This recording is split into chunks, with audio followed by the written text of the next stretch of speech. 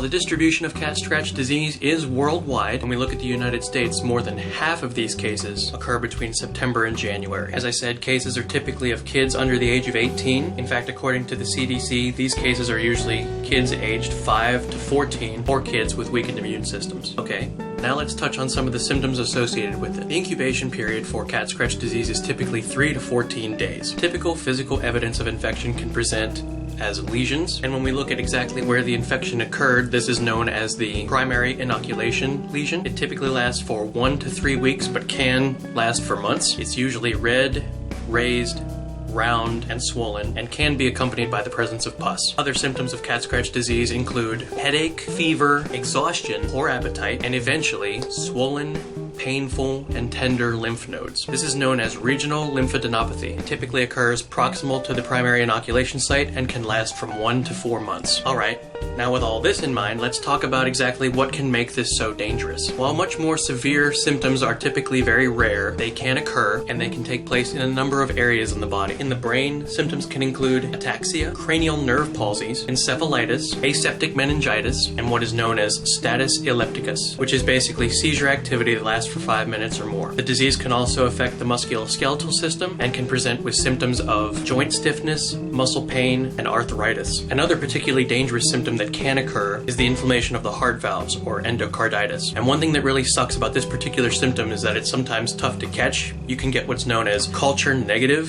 endocarditis, and this can cause some serious issues when you're trying to properly diagnose this. Cat scratch disease can also infect the eyes. One of the more common symptoms when it comes to eye infection is what is known as paranoid oculoglandular syndrome. And this is basically when inoculation occurs at the conjunctiva, right up in your eyeball. Along with the other aforementioned symptoms, the disease can also disseminate and infect multiple organs. These infections can result in fever, weight loss, and abdominal pain. Now guys, with all that said, please bear in mind that, as mentioned, these severe symptoms are typically very rare. Even so, you're probably thinking, okay, what kind of treatment do we have for this? Is there treatment? And the answer is kind of. As it turns out, in otherwise healthy people, treatment for the disease isn't usually necessary. Research has shown that in 90 to 95% of cases in children, with proper management of the symptoms, the cases of infection resolved on their own. However, bear in mind that the immunocompromised are a lot more susceptible to severe infection, and those individuals typically have a tougher time dealing with it. In fact, widespread infection can take months to up to a year to dissipate. Antibiotics has been used in treatment, but that treatment is pretty debatable. Treatment with azithromycin has been shown to decrease the overall size of infected lymph nodes, and this decrease in size did occur faster with azithromycin than with no treatment at all. Okay, so now,